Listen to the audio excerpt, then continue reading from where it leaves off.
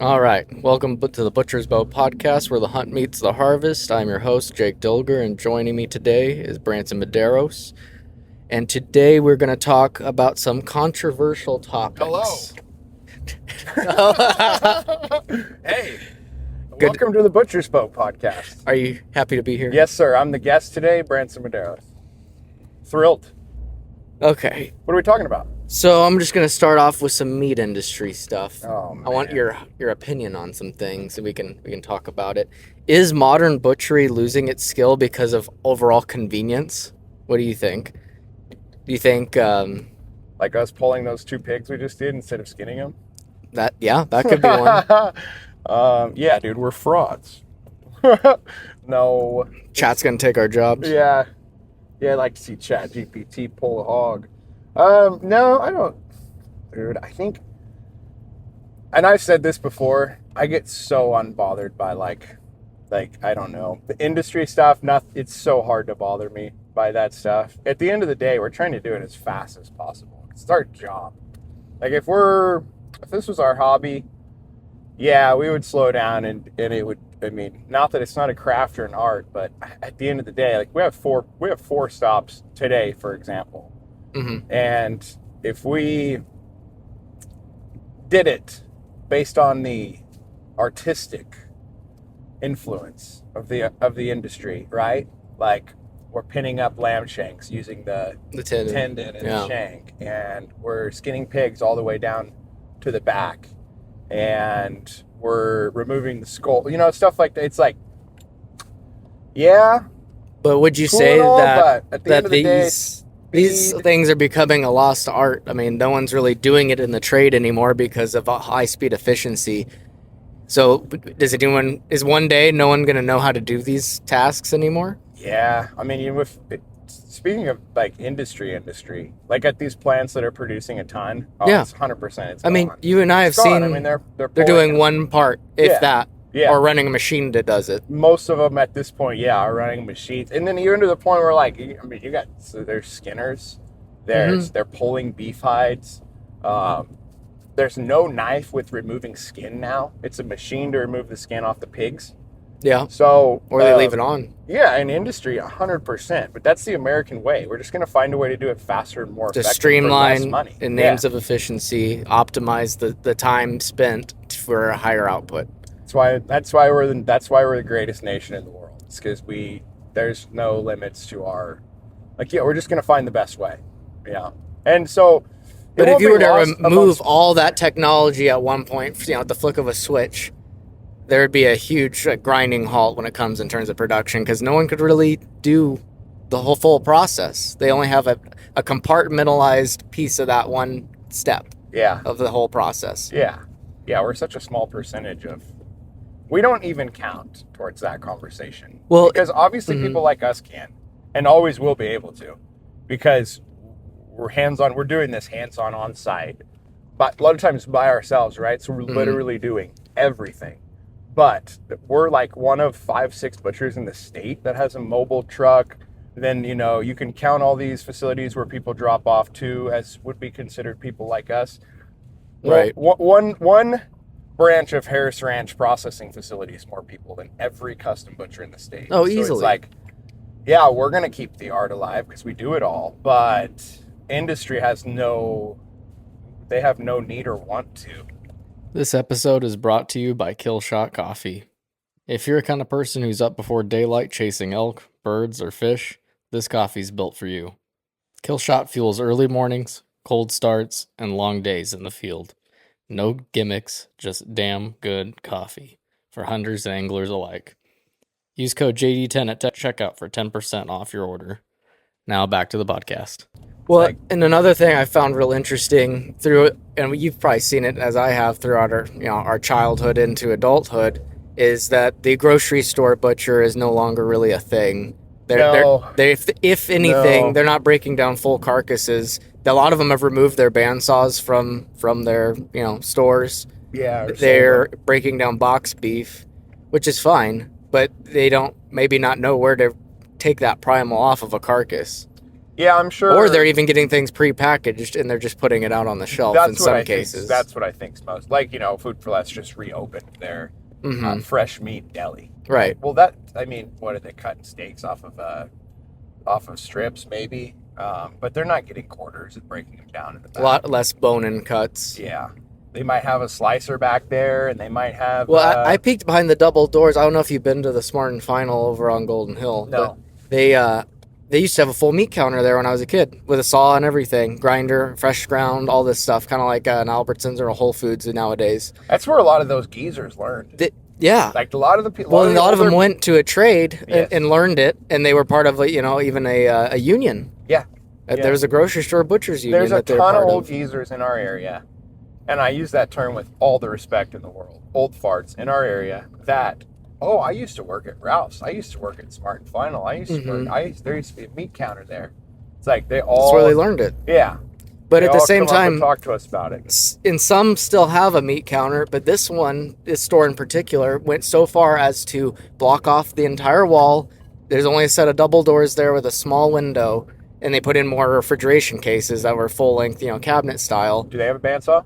No, I don't see any equipment in there. I barely see a table. I peek through the window, and there's no one ever working when I see. Yeah. They're just putting out packaged product. They're just getting boxed, but probably not even whole cut boxed beef.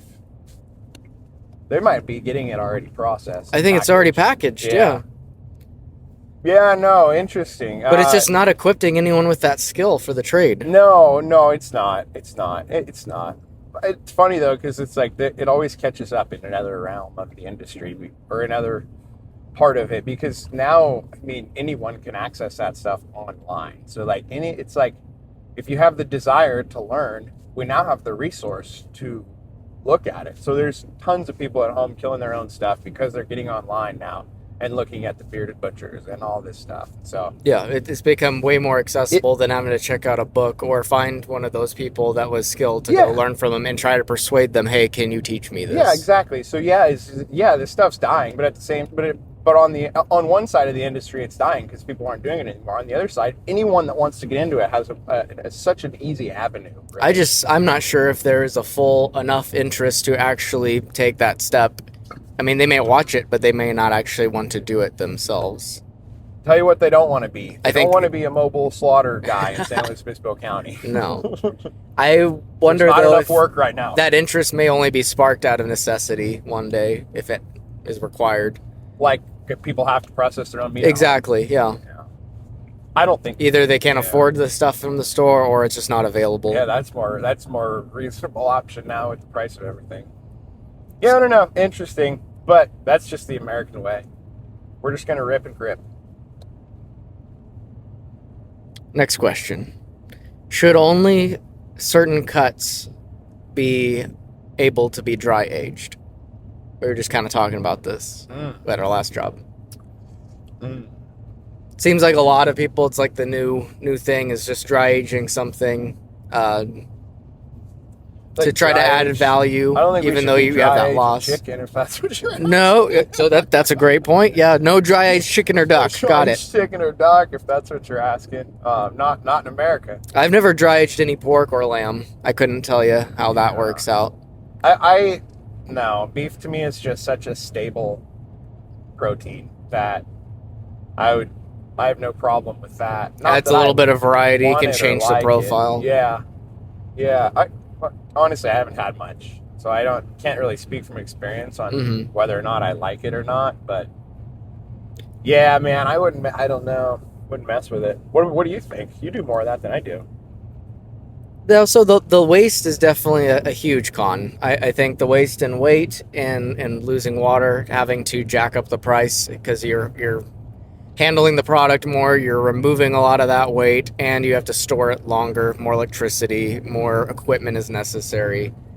I believe that it should remain a niche. It shouldn't become mainstream. However, I do believe that the flavor is a great way to break up the monotony of just eating the same, cryovac aged for a month ribeye. Yeah. But also, I do see that in social media has become a huge trend and kind of a buzzword that people try to use to get attention because not a lot of people from the general public, from Gen Pop, have actually seen, this process being done, and they don't understand it. They just see a huge primal that is blackened or covered in mold, and they think, "Oh, what's that?" Like that just shock value keys in their interest. I'm sure that's how a lot of people are drawn to it and then don't like it. Like possibly, yeah, it is more of an acquired taste if done Oh. done that way. Like I said, a clean environment keeps it more mild. It tastes just like beef. It's more concentrated. But I think that the root cause of it started with a good process that is for that acquired taste, that really specialized customer, and that it grew into something that people are just doing as a fad or a trend that might die off. One, because it's so expensive, but two, it's also labor intensive and difficult to produce a quality product. So expensive and so wasteful. Double the price, yeah, and almost half the product. Yeah, no, the waste is it just hurts my heart to see it.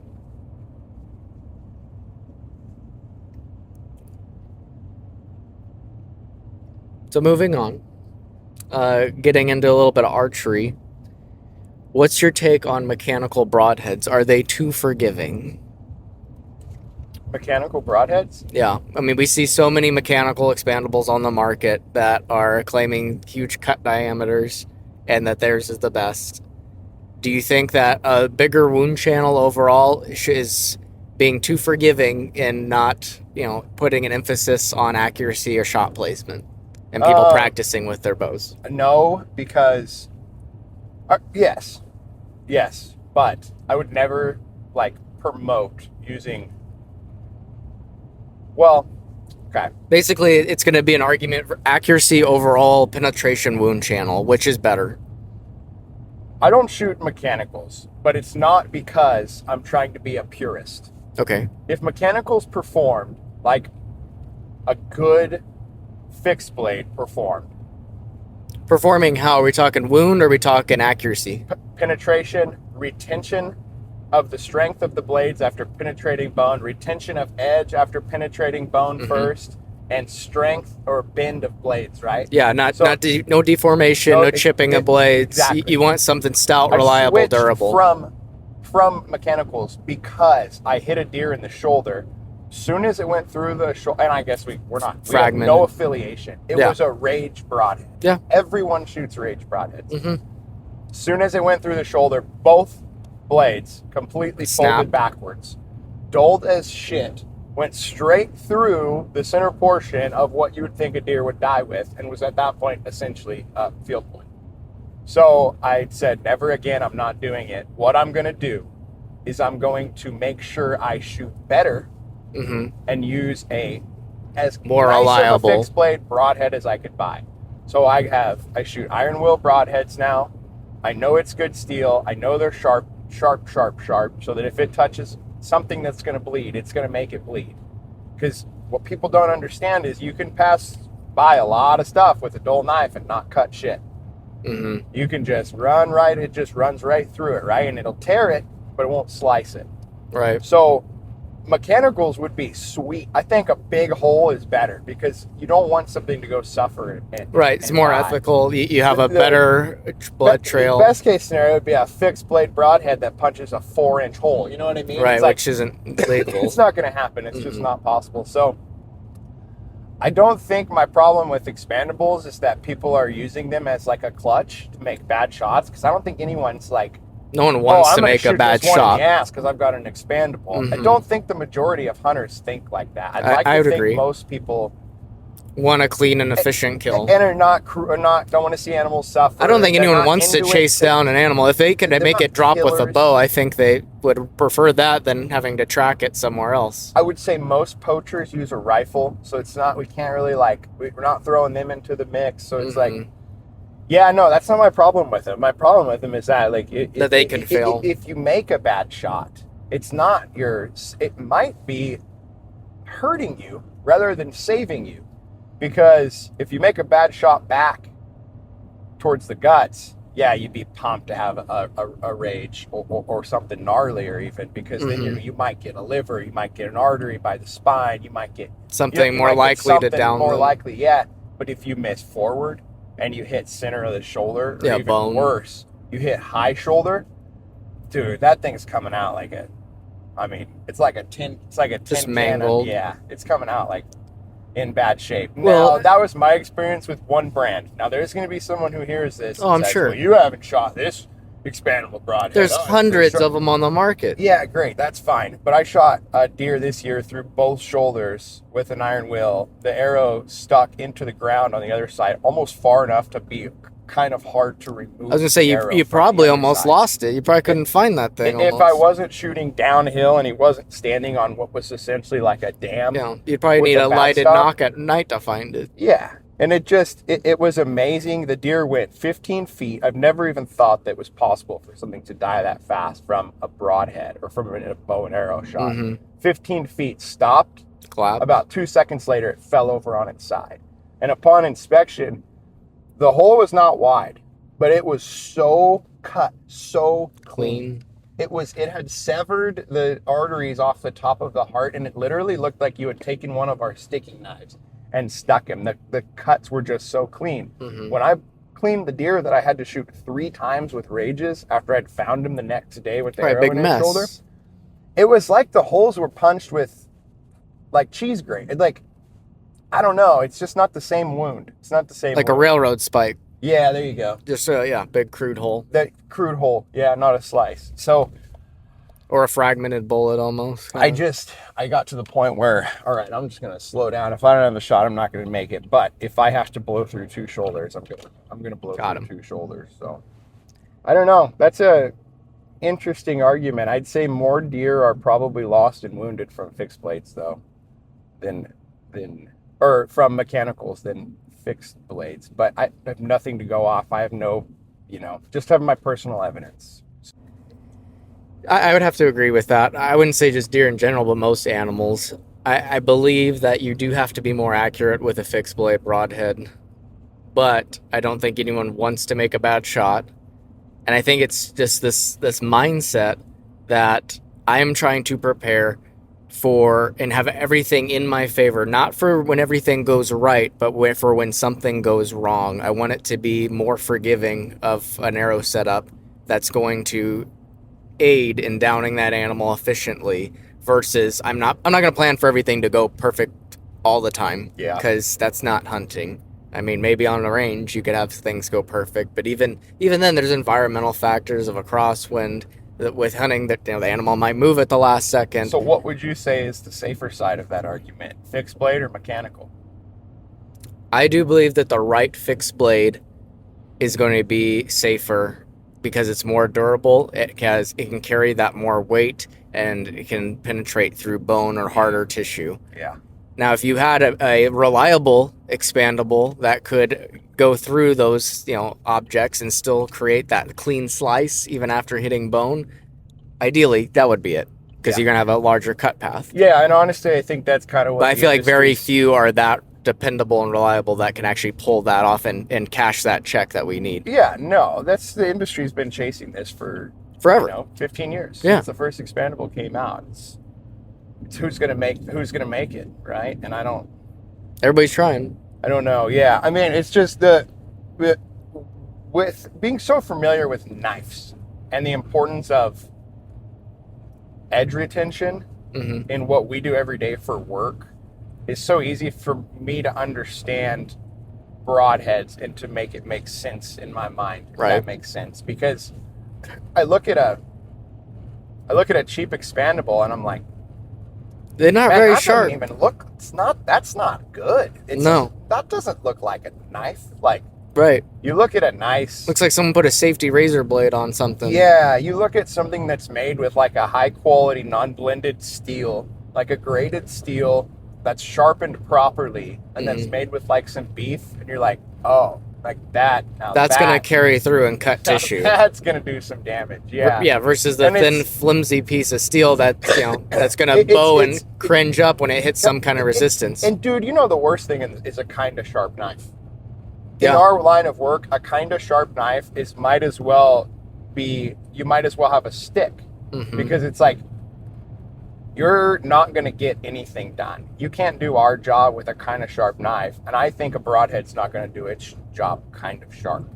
Right. If you hit something in the heart, it's going to kill it. I think even if you hit it with a field point right in the heart, it's probably eventually going to kill it. But yeah, it's going to take a while. Like you said, you're not going to hit all of them in the heart. No. I don't know. I mean, you could look up 100 podcast guys who've had the same conversation. I think for the most part, everyone's pretty much on the same page. But I know for a fact that there is some die hard, live or die by expandables.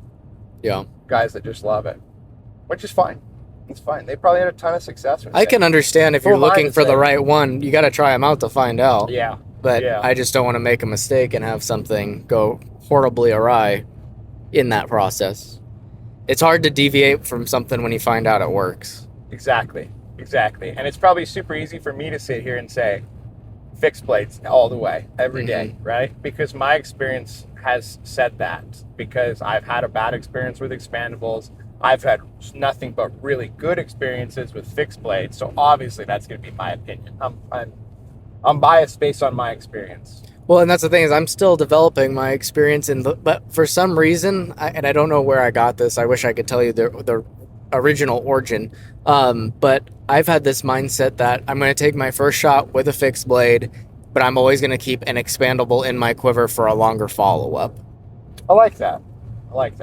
Because if I need to have that follow-up shot and it's at a further distance away, I do believe that some expandables, ones I found, particularly that Grim Reaper 3 blade, flies truer to my 0 and to my field points at longer distances, say like 70 plus. I'm thrilled you brought that up because that leads us to probably the most important topic about this conversation. Down the wormhole we go.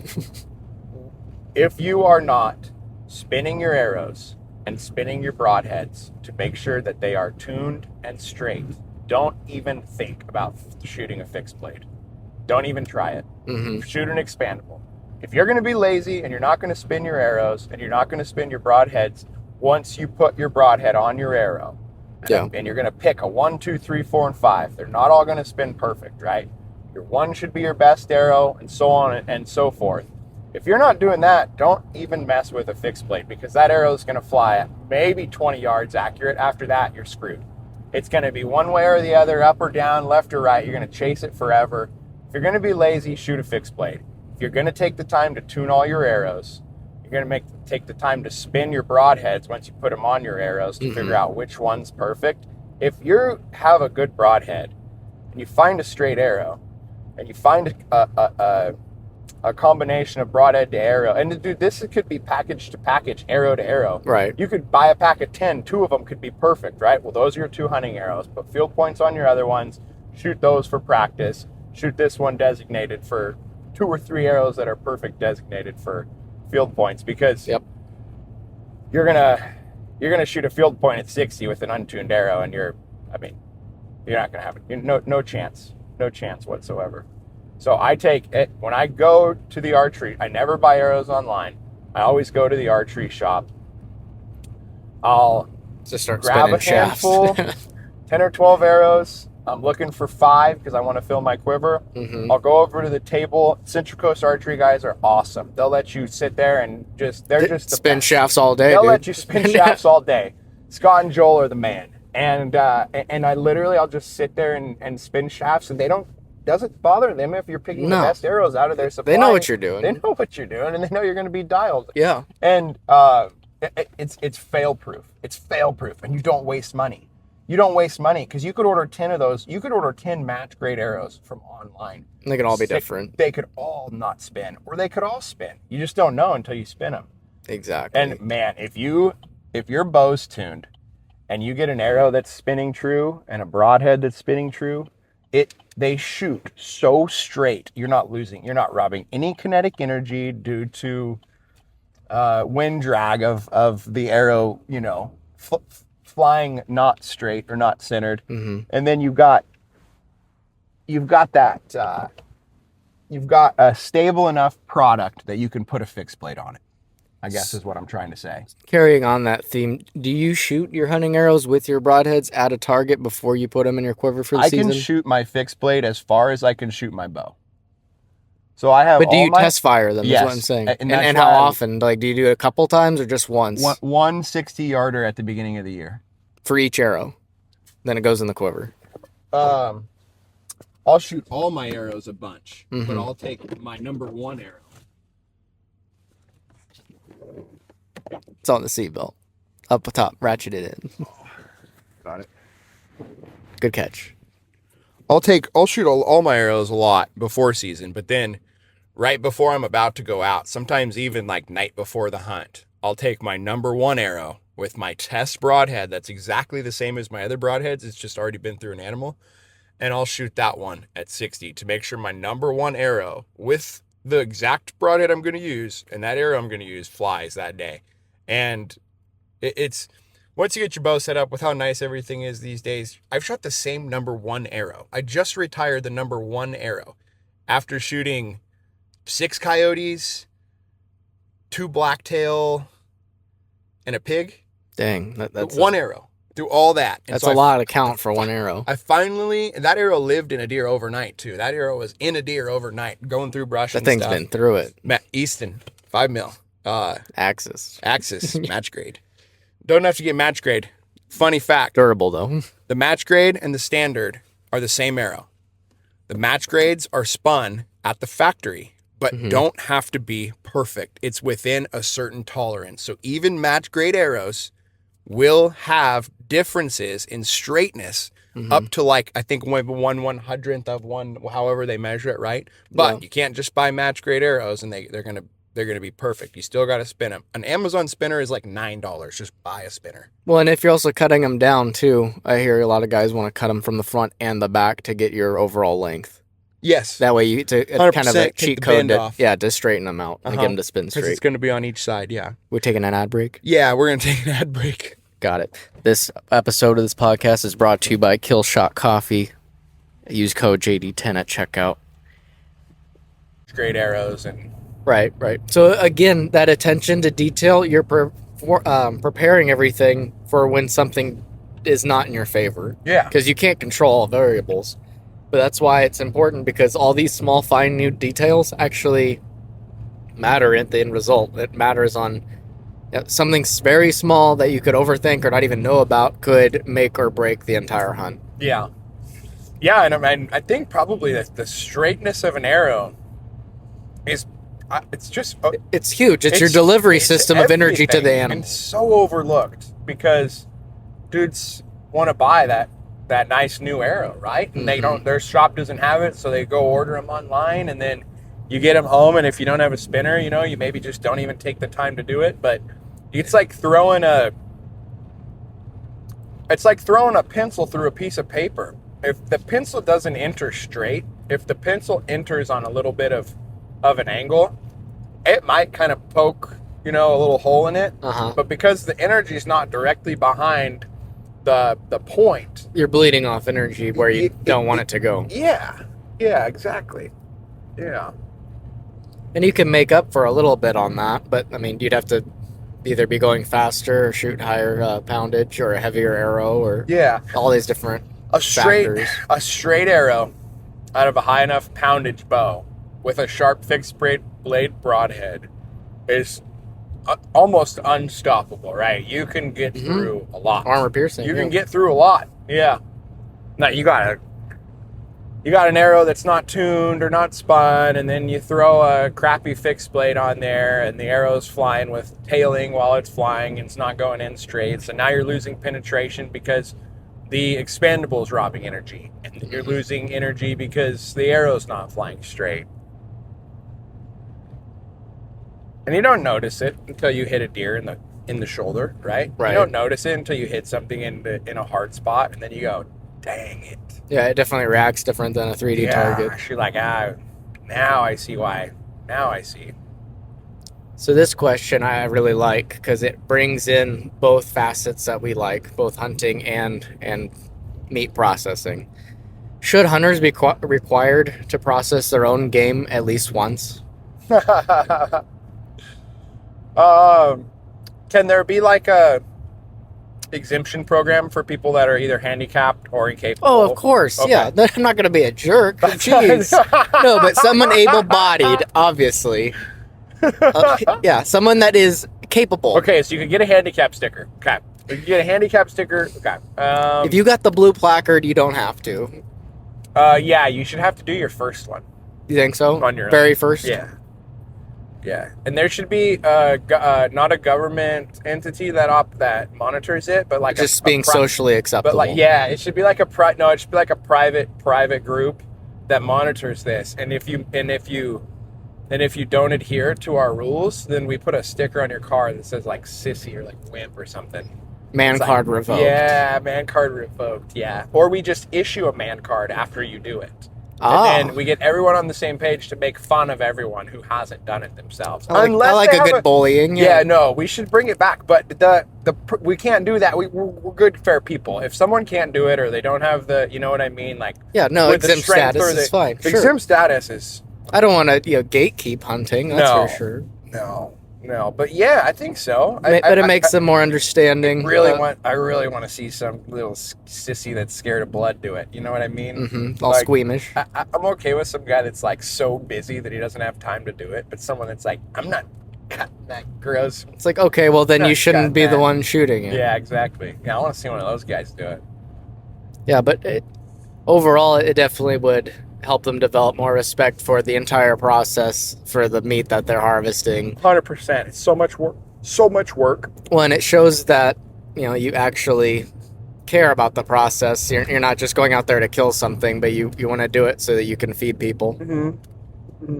And, but understanding the anatomy alone even makes you a better hunter. Yeah, 100%. And 100%, yeah. Because that way you know exactly where you need to hit and how you need to hit it to be more lethal. You and I are at such an advantage because we're always cracking animals apart and looking inside of them. Yeah, and we see the differences and anomalies in them too. So we know what could go wrong. Yeah, and how domestic game is so soft-tissued compared to wild game. Wild game's hardy. Wild game's strong. I mean, they have to be to survive. Mm. On a similar note, stuff. This one also digs down a little deep in my soul. Is tag soup actually a good thing? Is there benefits to not tagging out in a season? I thought that was going to be the band question. What do you mean? I'm tag souped on duck bands. Oh, no, I wasn't meaning that. That's a good point. I thought that's where you were going to go. No, I was more thinking of the 6 years of deer season where I didn't kill one with a bow. Yeah. So. No, bow hunting tag soup's not a real thing. It's not a good thing? No, it's fine. Archery hunting's hard as shit. It's super hard. But is it a good thing to not get anything your first time out? That, delayed gratification, definitely not as 100%. 100%. I probably sat makes you want it more, doesn't it? 2,500 hours at my deer stand before I ever even got a shot at a deer. Mm-hmm. Missed them. Sat another 2,500 hours. I'm talking every single night of deer season before I had kids. 4 o'clock to 9 o'clock, whatever time the sun goes down during deer season. Wake up again in the morning, go for a couple hours before work for years and years. And then you finally start putting it all together. Okay, I gotta water out at this time. I gotta be hidden here. The wind's blowing this way on the property. They're not gonna even use this until a certain time of the year. You start to piece it all together. When it finally happens, the gratification is insane. All the stars align. So much better. So much better. Than if you just drove up and shot somebody. For the human body and psyche, period. In anything, right? You should never just. I mean, that's why. And we're back. Okay. Technical difficulties. Okay, let's try to go right where I was. Gratification sweeter when you take the time to actually earn it. Earn it. Yeah. Oh, I know what the part we missed. The first deer that I shot at, I don't think we got this part. The first deer that I missed, I didn't deserve that deer. So it's like everything happened for a reason. Right. So like I couldn't keep it together. I was nervous. I shot too fast. I didn't evaluate yardage and make sure I'm using the right pin. These are all variables under my control that I did not do properly. Just didn't have a full, concise, or in detail shot process. Yeah, just naive to it, right? Just had everything else dialed. All my stuff I just talked about. Spinning arrows, broadhead sharp, all this stuff. Bows tuned. Mm-hmm. Except, oh my gosh, now you're in the moment. and you've got to control these nerves that are the type of nerves that are like uncontrolled, Overwhelming, right? For sure. Overwhelming to the point where you're shaking and you can't get a deep breath. It's like, this is the stuff, this is the uncontrollable nerves that your body processes. So messing that up fixed so much stuff, right? So now it's like, I have to physically be able, it's a hell of a wake-up call, to calm myself down before any of this equipment works. It's like, I can have everything right, and if I can't control myself enough to calm down, I can't even draw back. It doesn't even matter. Yeah. None of it matters. Mm-hmm. So then for the next, I started taking my game cam pictures, and I'd go on, you know how on iPhone you can color on a picture? Yeah. You can mark them all up? Yep. I'd mark where I'm going to shoot the deer, because I know what side of the pond he's coming to. I know what side I'm going to be shooting. And the game cam picture I have of him is the picture I'm going to have of him when I get to shoot him. Mm-hmm. That's the shot opportunity I'm going to have. So I take that picture, I draw a little dot on it with the marker app. I save that picture, I put it as my background. That's all I'm looking at for like weeks up until season. So it's just in my head. You're just ingraining it in my head where I'm going to shoot that deer, what my aim point is going to be. And so as I'm sitting there in the tree stand, this is my best tactic, and this works freaking good, dude. If you sit there and you got to like immerse yourself in it, and then you got to tell yourself he's there. And you can get your nerves to start by just pretending he's there. Just talking yourself into it. Like you can make, like, oh my gosh. What made you want to do this? What am I going to do if he's here right now? And I can get my heart rate up, and I can get everything going. And then I can like train. Practice calming yourself down. I sit there and train myself in the stand, dude. And this year, this is the craziest shit. I was going through one of those routines, and I had just got myself all worked up, and had brought myself back down, and he walked in. And I had just gone through that program. It was like, and it was completely different. And this was not an easy shot. I had to like almost go like to a little knee to miss a branch in my tree stand, which is a pretty like wide tree stand. So what was, when he came in, was it how you visualized it? It was amazing, the difference it made. Me practicing in my head that moment. The visualization changed everything, because then the aim point, everything was already like, I'd done it in my head 10 or 15 times before. Now you can't do that unless you have a deer that's coming to like water, or I guess if you're in the Midwest, if you have one that's coming to feed.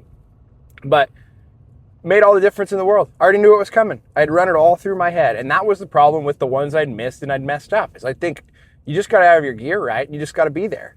It's like, no, you have to have the wherewithal to literally calm yourself down, because even as a rifle hunter, you don't get that at 150 yards. Like we were talking about earlier, you just don't get the same effect. When they get close enough and you can hear their feet on the ground, you can hear their breath and everything. It is so different. And like, I mean, our Navy SEALs, man, it'll get you.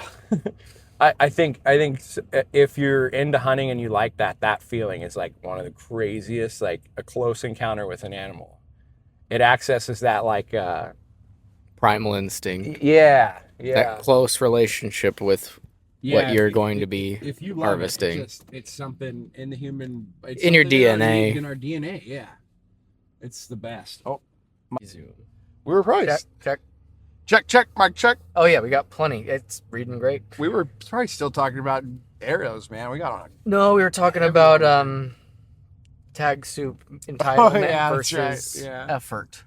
Got to put in the work. Yeah, I'm still putting in the work. Hell, I can't tell you how many seasons I've gone out.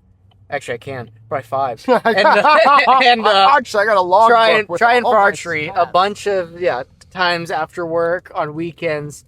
I don't know how many miles I've hiked over that property and encounters I've had, which is great because I've learned a lot by putting in the time versus just not trying at all. You learn a lot more from the mistakes, huh? Oh, totally. Yeah. I mean, it just emphasizes what the problem is deciphering what you did wrong, how you to fix it, and how to prevent it next time. Yeah, and then what's just dumb luck? What's just bad luck? True. Yeah, trying to figure out what that is that's tough. And you play it over and over in your head, and you just pick it apart. Oh, it'll eat it. But what I do like, at your heart. Where did you come up with your visualization mindset? Because that I've seen come from a lot of professional athletes. You have to visualize the win. I mean, and that's basically what you're doing. You're just prepping and programming your mind to set up for that success. And you're trying to pick out every minute detail to figure out what do I need to do to succeed. Funny, in baseball, as a kid, why is this blazing hot? I just turned it to blue. Oh, gotcha. Okay. Yeah, it's cooking in here. So, as a kid... Uh-oh. Pause it. And we're rolling again. Okay, we're back. Cooled off a bit. We just... we got the... Blazing on here. Okay. So, when I used to play baseball in, like, it was called Babe Ruth in our area, which is, like, middle school age, you know, before you get to... Yeah, 6th through 8th grade. Yeah. And my grandma, who is, like, my biggest supporter in everything, she's the best. She would say, you gotta imagine you're gonna hit that ball over the fence. She's like, every night before you go to bed, every morning when you wake up, you're just imagining that when you go up to hit, you're gonna hit the ball over the fence, or you're gonna hit the ball, right? So I was like, oh yeah, grandma knows everything, dude. I was like, she's definitely right. So I started doing that as a kid. Your grandma was a big ball player. Dude, a huge ball player, dude. Grandma knows ball. Yeah. First season I started doing that, I hit a game-winning. This is 8th grade, so I'm gonna be way too excited about this. But like a home run, game-winning home run off of Dean Payton, Grand bottom slam. of the 11th inning walk-off, dude. That same year, as this whole thing was going through my head of like the visualization thing. So now every time I approach something in life that's like either way too stressful or something that's like worrying me, like the two catering events we have coming up in February. Yeah. That's a lot. Like that's because you don't want to mess it up. You want to have everything right. So like for the last like weeks, dude, I've been playing every single step of that day through my head. Like what's going to happen, timing wise, what we need, what we we're need going to to do, how we're going to do it. Yeah. Yeah, exactly. So that's where it started. Baseball. Home Dang. runs. Sherwood Field, Paso. Real short field. Yeah. Real short field. Yeah. But yeah, no. And then it just carries over anywhere in life. Yeah, it just carries over. You know? Makes sense. I wish I was better at it in golf because I visualize it in golf and it just doesn't happen. I will say it doesn't work at everything. Yeah, it should. Shank right. Maybe you just haven't visualized enough. Maybe I haven't. You're right. Maybe I haven't. Maybe I'm my limitation on that one. You're in your head. It's funny. It's yeah, it It's works all great. in the hips. You can't golf angry. Dang it, happy. Okay. Gotta find your happy place.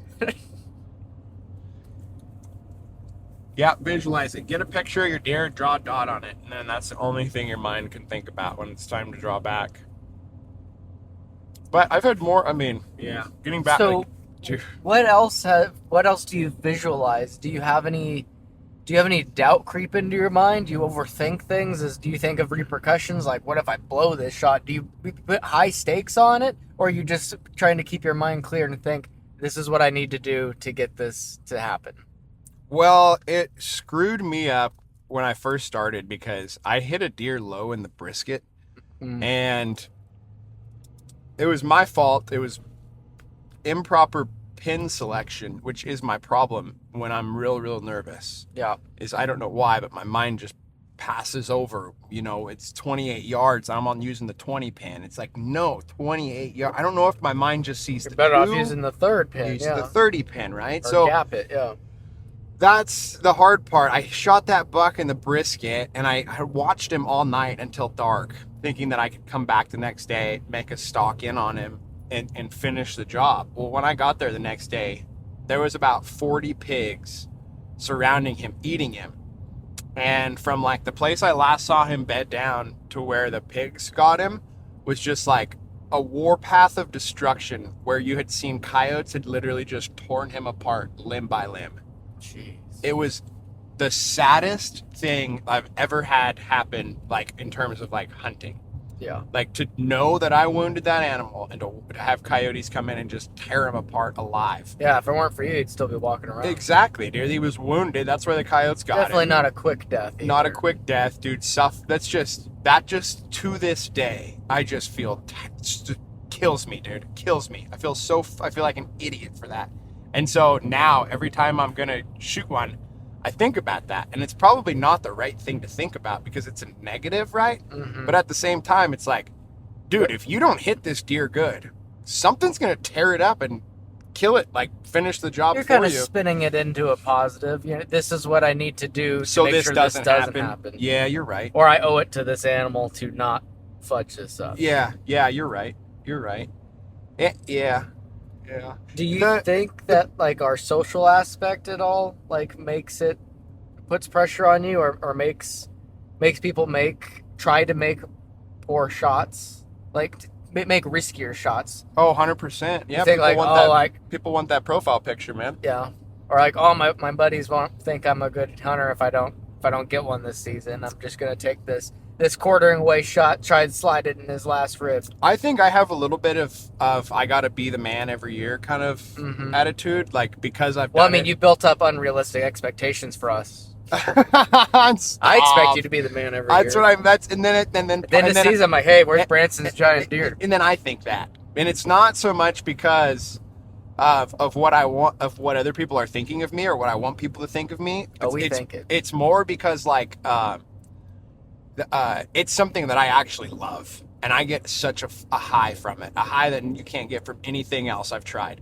It's it's just I just love it, and I've just chased that high every year.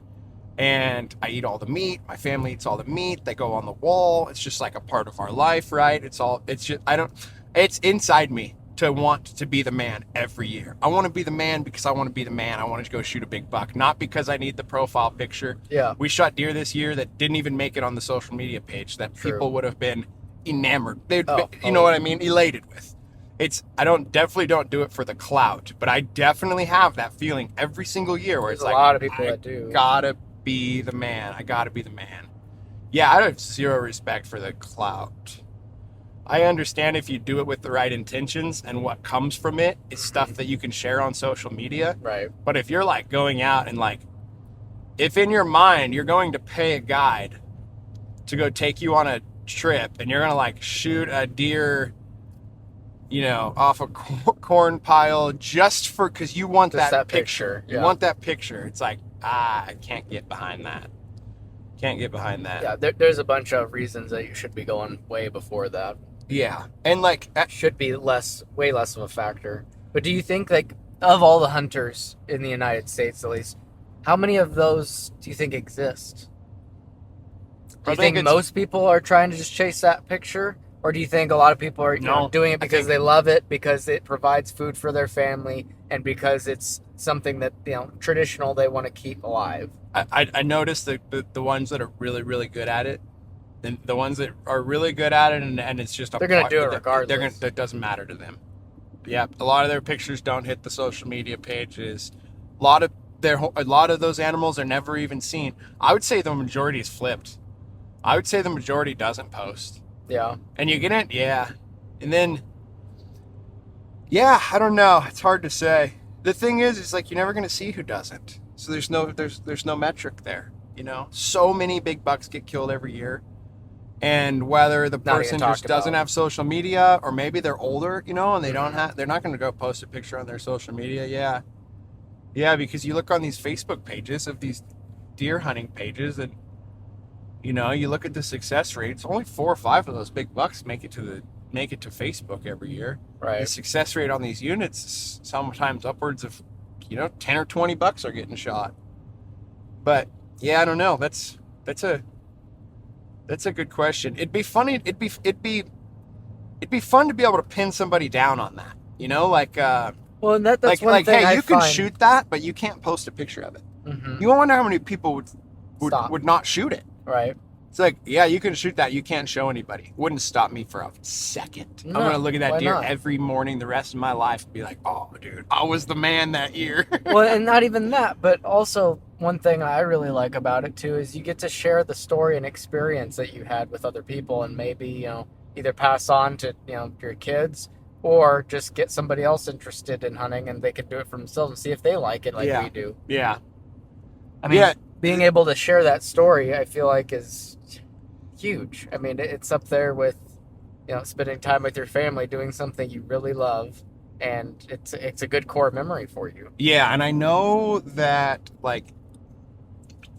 hunting's not for everybody, Definitely not. but for the people that it is for, it facilitates the most insanely unique experiences. The stuff that you run into hunting is insane. It's Even if you're not successful. You wonder, you're like, man, how are the Indians not bored? Sitting around the fire all the time, nothing to do but whittle on sticks and make arrowheads, right? It's like, dude, they got to hunt 24/7. They had the life.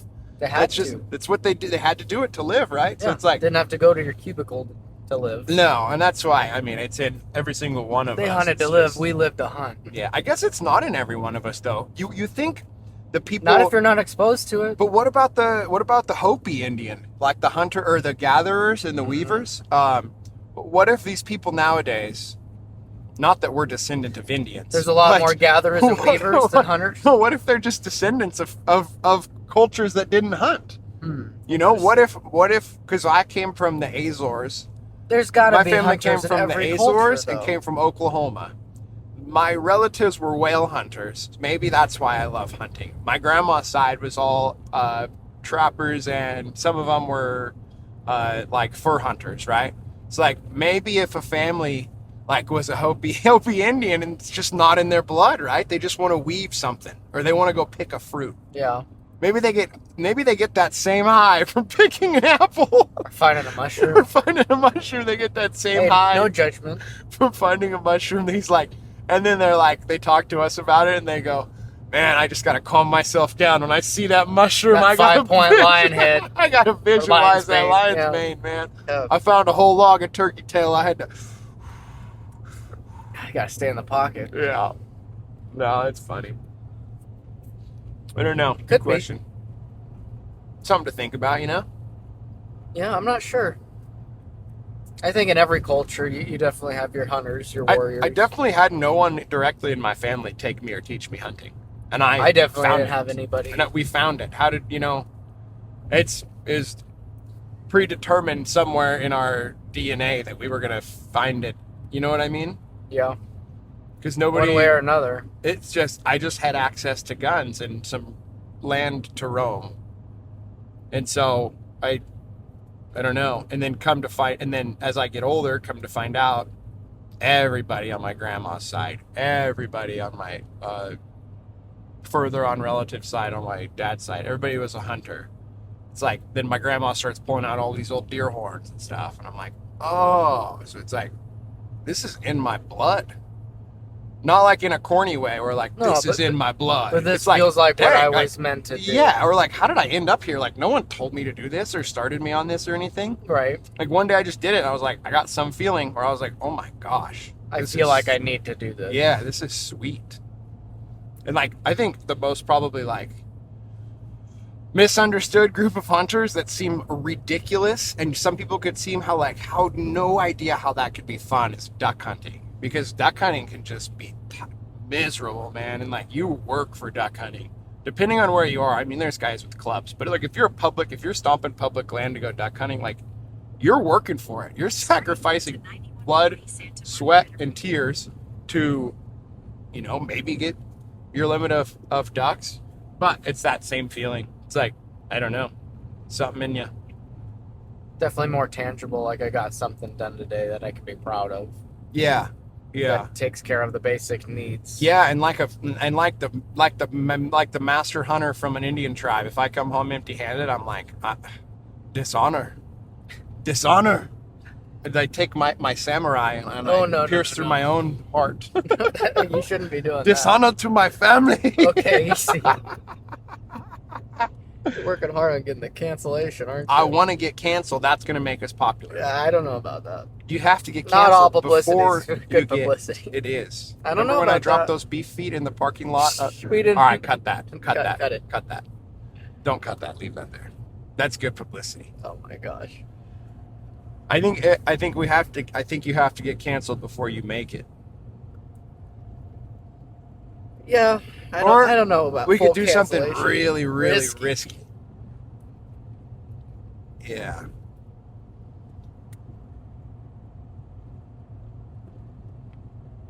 We should start another podcast that's just completely inappropriate. Just trash. It's garbage talk, dude. It's all the stuff we talk about when we're like, We're not on the air. pod, dude. Nah, we can't do that. No, We'd not. get in We're trouble. good right now. That would get us in trouble. Yeah, let's walk before we can run. That's a good idea. Once we get as many followers as Joe Rogan's podcast, then we can. Oh, then we can do whatever we Yeah, want. then we can do what we want. Got any more burning questions today? Yeah, well, I don't know about burning, but we definitely have a little bit more to talk about. Okay, We got in 10 or your 15. opinion, we'll do bow and rifle. What's your maximum effective range on, let's just say, a blacktail, for instance? What do you feel comfortable with? 250? For both? Dang, you're a hammer. No, for bow. Rifle, 12,000 yards? Oh I don't my know. gosh. No, Laser beam. I don't even think I've shot a deer over 250. So that's Okay, so 200, 250 the yeah, rifle. I'm gonna hit them. You know, I feel good about that. Anything over that, just don't have enough experience. Haven't done it enough. Can't talk from experience. I'm not gonna sit here and say I have. Archery, I don't really want to shoot one to over 60, dude. 60. Really don't want to shoot one over 60. I can shoot my bow 105 yards and hit the Yeah. no problem. But this, dude, I've had him jump the string at 20. The Mhm. deer I hit high jumped the string at 20, and Crazy. yeah, no, that's a long story. That deer's a long story. I think I might have already told that story on Yeah. this pod. Think so. That's the one I missed once because it ducked the arrow completely, knocked a chunk of the hide off. Yep. Got him Yep. again 4 years later. But yeah, I just think anything past that, and unless their head's in a tree or something, So that's or like your in a effective bush range. eating, yeah, 60. Yeah, because I don't want to sit here and like spread misinformation or like, Mhm. I don't want people to hear like, yeah, I can shoot 105, but don't do that on an animal. Right. Don't do Yeah, that. no, it's completely different. I mean, yeah, I could hit foam at like 110, Yeah, but probably I'm- almost every time. honestly, I'm gonna go with 40 yards for a bow. There you go. I love that. I want to see how close I can get. That's the whole Yes. purpose of the bow. Yes. Now, if I can't get any closer and I'm blowing stocks left and right, if I'm at 50, 60 yards, then yeah, like I should probably work on shooting at 60 yards. But if I can get into that, sub 40, 20 even, I want to do that. I want to get as close and up front personal as I can get, reasonably speaking, where everything's safe. And I want to do that. With a 'Cause- rifle, however, I'm thinking 200 is my max. Yeah. For now, I do need to practice. I need to get out those further distances. I think I would like 400 to be my max effective range, but I just need to know more about angles, crosswinds, and overall bullet trajectory. Because I mean, I have ballistic calculation apps and all that, but I need to actually put, it into implementation. Yeah, and yeah, yeah. practice it on steel in those elements. A big cross canyon or something like that to get comfortable with it enough to put it on a live animal. 100%. If I was going to go do that and be willing to take that shot, it would be because I had practiced Similarly a enough, bunch of times. we don't have this problem that much during archery season in California or deer season in general. What's your take on practicing bow or rifle in shitty weather conditions? You better Should it be practice in done? 110 if you're going to deer hunt around here. You should go practice in the Kennedy Club sauna. You should go sit in the sauna until you For your get first dizzy. cold bar shot? Yeah, and then get out and shoot. Or And then go to out to the Africa. pool. Yeah. Shoot, put your Sahara. block out by the pool. Yeah, no, it's. 'Cause I feel like a lot of people don't even think or try to do that. I mean, you don't go. People love that, go out on a sunny day with no wind and shoot arrows. Yeah, Who's out there shooting in the rain and the driving wind? Like, because one, we don't have the seasons for that for hunting, unless you're hunting pigs around here. Yes. But even then, I mean, you don't have to. No one's making you. Yeah, no. But I do believe that there's some value in that because it's going to make you adapt to the environment better. Yeah. If we ever did go hunting during the summer and there was a summer monsoon came in, you'd be prepared for it. Yeah. Yeah, that's true. That's true. Or at least feel more confident, at least maybe making a shot opportunity you normally wouldn't. Yeah, that's true. Or if you're hunting in another state, that's the other thing. Is some people go to a completely another state, different climate, different elevation, even if you and they drew may a not be prepared. late season California tag, you're gonna run into some snow at a lot of these places. Yeah. But no, I never do. I never do because in the winter months I'm not thinking about hunting. Mhm. I'm on ducks You're on and ducks. fish. Yeah. Makes So sense. I don't think about it. And then possible area of improvement. come archery season, you're just trying to stay cool. True. Which makes deer hunting water where we live pretty nice. Which I don't think everybody's figured that out, but deer hunting over water where we live when it's 105 degrees, pretty lucrative. A lot of sitting in a hot tree though. Jeez, yeah. Yeah. So back to that, visualization.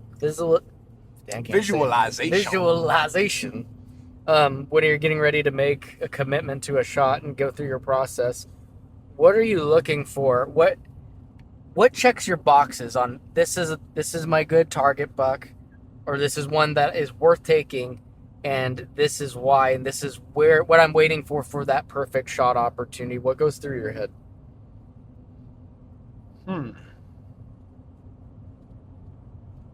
Well, I've had my bucks kind of picked out Long beforehand, just because of game cams. Yeah.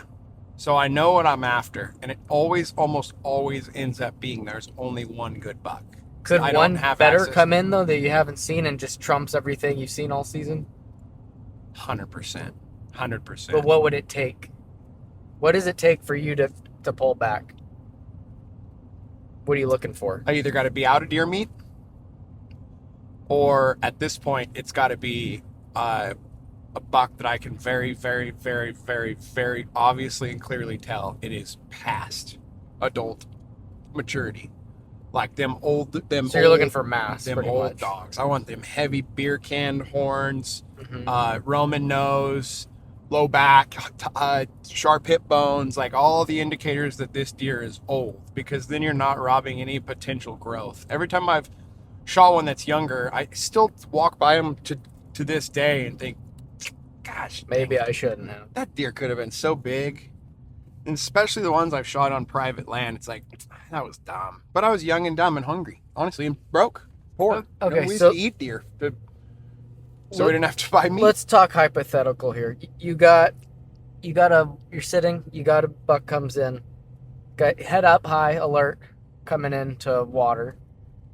He's probably got, let's go 26 inches wide. Yeah, no, wide guy. Whew. But not the biggest mass you've ever seen. And he's a 3-on-3. Young? I'd say middle.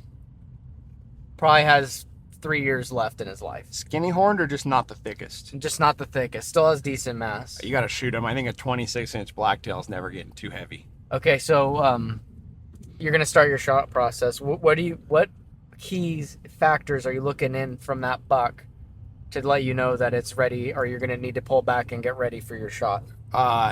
Comes in without noticing me. Mm-hmm. Draw back when he's at some point distracted, and the very best thing to do is when they're drinking water, because that affects their auditory skills, so they can't hear you as well. Makes sense. So if you can get them when they're drinking water, if you can draw back, now that I'm shooting a fixed blade and everything's going good, right? Mm-hmm. I'll shoot them anywhere from quartering to quartering away. I'm just going to go straight through. I'm just going to aim at the heart and shoot anyway with a blacktail, Okay. whether there's a shoulder bone in the way or not. And my process is try to get that bow drawn back while I'm shaking, trying to keep my breath in control. I wish I could sit here and say I had a list of my process and I follow it every time, but honestly, the nerves get me every single time. Yeah. And the process is different every single time. Are you looking at all for any leg shoulder movement? Like, or do you care if they're stepped forward? Do you care if their gaps retracted and pushed back? No, because my tree stand to water is only about 20 yards. So you're not worried about that? not that anymore. shoulder blade at Not all? anymore. I used to be really worried about that when I was shooting the fixed blade, because I wanted to just go through tissue, right? Or The expandable? or just expandable. Yep. Or just go through maybe rib, right? Right. But now that I have the fixed blade, I'm not too worried about it. 74-pound bow, 420, 40 pound or 420, 40 grain arrow, with a blacktail. Blacktail aren't that big, At a 28-inch big draw. one. Carcass weight's 125 pounds. Yeah, no, I'm just aiming for the heart and going. And I will say I've never spot and stalked a deer, so I haven't. You haven't really had to make a game plan on how you're going to approach one. or, Nope. or, Or having- drag have- your nope. belly or anything. No. Hide behind a bush or a tree. No, and especially now having kids and working all the time, I can't spend as much time hunting, so I have to make sure that they're coming before I ever leave the house. So I streamline a lot. Yeah, I hear the that. game cam set up. I kind of know their. Now, just don't think that if you do that, to the people listening, that you're going to kill blacktail, because they're just so hard to kill. You could do all that and they could just not come. They don't seem to be like a whitetail. They're not really a creature of habit. They tend to do whatever the hell they want. Yeah, and you don't know when that's going to be. There's And no if rhyme or you reason. put in an outside stimulus or change some factor, they can react in a number of ways. They might not come back. And there's nothing keeping from them leaving. They really have miles. nothing anchored down or tied to them. They will, just They could go split. miles away. Yeah.